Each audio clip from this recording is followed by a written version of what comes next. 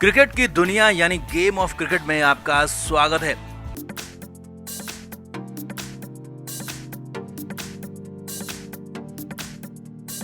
Lord's में भारत और England के बीच तीसरा टेस्ट मैच चल रहा है। पहले दिन अंग्रेजों ने ठीक ठाक बल्लेबाजी की, लेकिन पहले दिन के खेल खत्म होने के बाद और दूसरे दिन के खेल शुरू होने से पहले यानी कि इस बीच में ऐसा कुछ हुआ है कि इंग्लैंड की टीम फंस गई है। जी हाँ, इंग्लैंड की टीम बुरी तरीके से फंस गई और इंग्लैंड को अब हार साफ साफ सामने नजर आ रही है। दूसरे दिन मैदान में उतरने से पहले अंग्रेजों के लिए बहुत बुरी खबर आई है और अब टीम इंडिया की जीत कंफर्म नजर आ रही है। लेकिन भारत को सिर्फ 3 काम करने होंगे। तो दिखाते हैं आपको क्यों आखिर इंग्लैंड फंस गया है। दूसरे दिन मैदान में उतरने से पहले क्यों अंग्रेजों की टीम में हाहाकार मच गया और भारत की जीत कैसे होगी कंफर्म, सब कुछ आपको दिखाएंगे। आप भी वीडियो को शेयर करें, कमेंट करके अपनी राय जरूर दें कि क्या टीम इंडिया इस टेस्ट मैच को जीत पाएगी, कमेंट जरूर करें।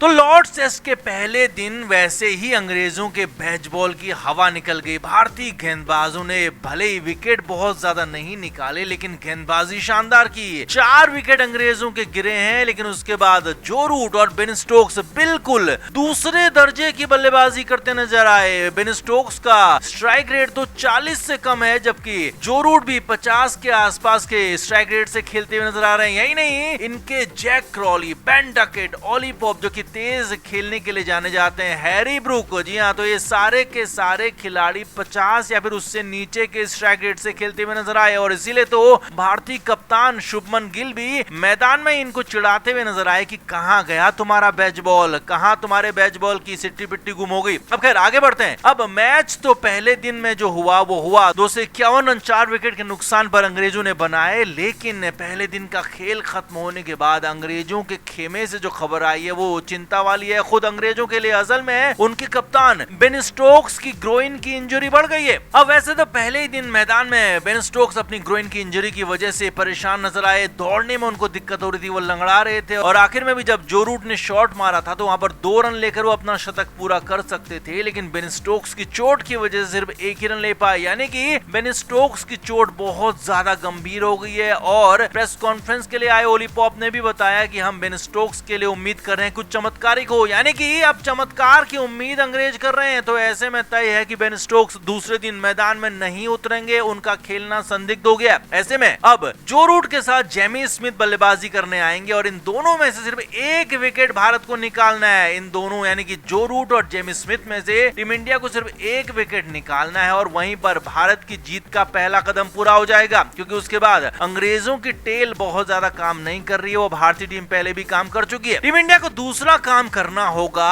अपनी पहली पारी में पहाड़ जैसा स्कोर बनाना होगा, जो कि टीम इंडिया करती आई है। पहले दोनों टेस्ट मैचों में किया, तो यहाँ पर भी अंग्रेजों को 300 के आसपास समेटने के बाद भारतीय टीम को 550-600 रन का स्कोर बनाना होगा और 250-300 रन की लीड पहली पारी के आधार पर लेनी होगी और अंग्रेजों को वहीं पर एक तरह से उनका फन कुचल देना होगा। और तीसरा और सबसे आखिरी जरूरी काम यह है कि जब तीसरे दिन के बाद यानी कि चौथे और 5वें दिन लॉर्ड्स की पिच स्पिनर्स को मददगार बनेगी, तो वहां पर रविंद्र जडेजा और वॉशिंगटन सुंदर को अपना हुनर दिखाना होगा, कमाल करना होगा। और यही 3 काम है जो कि अब टीम इंडिया को बहुत बड़ी जीत लॉर्ड्स में दिला सकते हैं। तो लगभग तय मानिए कि लॉर्ड्स में टीम इंडिया बिल्कुल आगे चल रही है, फ्रंट फुट में है, ड्राइविंग सीट पर है और टीम इंडिया ऐसे ही चलती रही तो जीत लगभग कंफर्म है। बस 3 काम करने हैं कि यहाँ पर दूसरे दिन जेमी स्मिथ और जो रूट में से सिर्फ 1 खिलाड़ी को आउट करना है, उसके बाद अंग्रेजों की पूरी टीम आउट है, उसके बाद भारतीय बल्लेबाज जैसे बल्लेबाजी इस पूरी सीरीज में करते आ रहे हैं वैसे ही करते रहें और उसके बाद फिर जड्डू और सुंदर को अपना कमाल दिखाना होगा। तो आप इस पर क्या कहेंगे? क्या वाकई में टीम इंडिया के लिए अब लॉर्ड्स में जीत आसान हो गई है? कमेंट करके जरूर से जरूर बताएं, वीडियो को शेयर भी करें।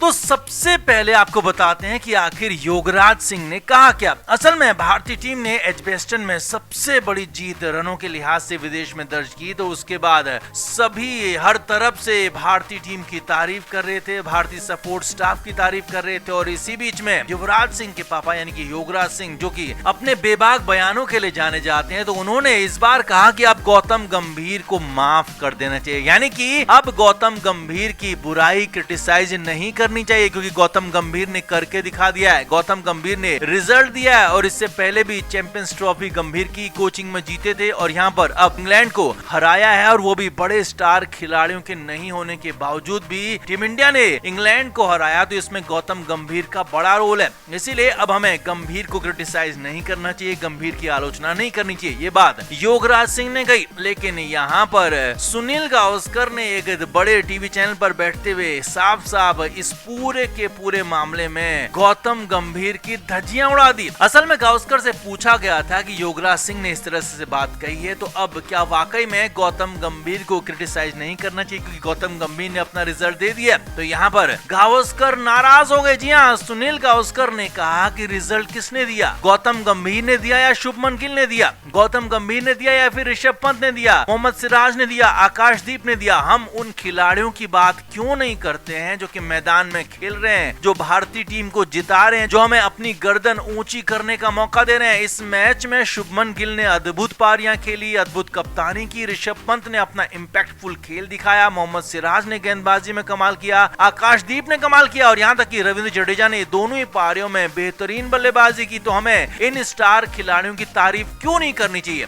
हमें क्यों हर बार गौतम गंभीर को बीच में लाना पड़ता है। हाँ ठीक है, गौतम गंभीर हेड कोच हैं। जी हाँ, गावस्कर ने साफ साफ शब्दों में कहा कि ये ठीक है कि गौतम गंभीर हेड कोच हैं, उनकी जिम्मेदारी है, लेकिन हर बात के लिए उनको क्रेडिट देना बिल्कुल भी ठीक बात नहीं है, क्योंकि यहाँ पर क्रेडिट मिलना चाहिए शुभमन गिल को, आकाशदीप को, मोहम्मद सिराज को, ऋषभ पंत और रविंद्र जडेजा को। लेकिन हम बात कर रहे हैं गंभीर की, तो हर बार गंभीर ही क्यों होता है, क्यों हर बार गंभीर को बीच में लेकर आते हैं। यहाँ पर हमारे खिलाड़ियों ने हमें जीत दिलाई है, यहाँ पर हमारे खिलाड़ियों ने अद्भुत प्रदर्शन किया है, उनके खेल ने हमें ऊंचा देखने पर यहाँ पर हमें गर्व महसूस कराया। तो हर बार हम हेड कोच की ही तारीफ क्यों करें? अगर हमको कोचिंग स्टाफ की ही तारीफ करनी है तो पूरे स्टाफ की करनी होगी, तो हमें उसके बाद फील्डिंग कोच टी दिलीप की तारीफ करनी होगी, मौने मौकल की तारीफ करनी होगी, तो अकेले गंभीर की तारीफ क्यों? यानी कि सुनील गावस्कर ने गौतम गंभीर के पीआर मैनेजमेंट को पूरी तरह से खारिज कर दिया, गौतम गंभीर को पूरी तरह से उधेड़ कर रख दिया कि आखिर हर बार गौतम गंभीर की तारीफ क्यों होगी? जब टीम इंडिया अच्छा खेलेगी तो खिलाड़ियों की तारीफ होगी, कप्तान की तारीफ होगी, उप कप्तान की तारीफ होगी, मैदान में रणनीति बनाने वाले खिलाड़ियों की, खेलने वाले खिलाड़ियों की तारीफ होगी, ना कि डगआउट में बैठने वाले, पवेलियन में बैठने वाले हेड कोच की। हाँ ठीक है, गंभीर ने अच्छी रणनीतियां बनाई होंगी, अच्छी बात है, हम उनकी रणनीति के लिए उनकी तारीफ कर सकते हैं, लेकिन खेल के लिए, जीत के लिए हमें शुभमन गिल और उनकी टीम की ही तारीफ करनी होगी। और ये बात सच है, कड़वी है, लेकिन यही बात पुख्ता है। यानी कि गावस्कर ने एक तरह से साफ साफ गंभीर को खारिज कर दिया और साफ साफ कह दिया कि एजबेस्टन में मिली जीत भारतीय टीम की जीत है, गंभीर की जीत नहीं है, ये शुभमन गिल की जीत है, ऋषभ पंत और उनके साथियों की जीत है। तो आप इस पर अब क्या कहेंगे? आपका क्या मानना है? क्या वाकई में ये गौतम गंभीर की जीत है जो कि योगराज सिंह ने कहा, या फिर ये शुभमन गिल, ऋषभ पंत और उनकी टीम की जीत है जो कि सुनील गावस्कर ने कहा? आप किसकी तरफ है? कमेंट करके जरूर बताएं, वीडियो को शेयर भी करें।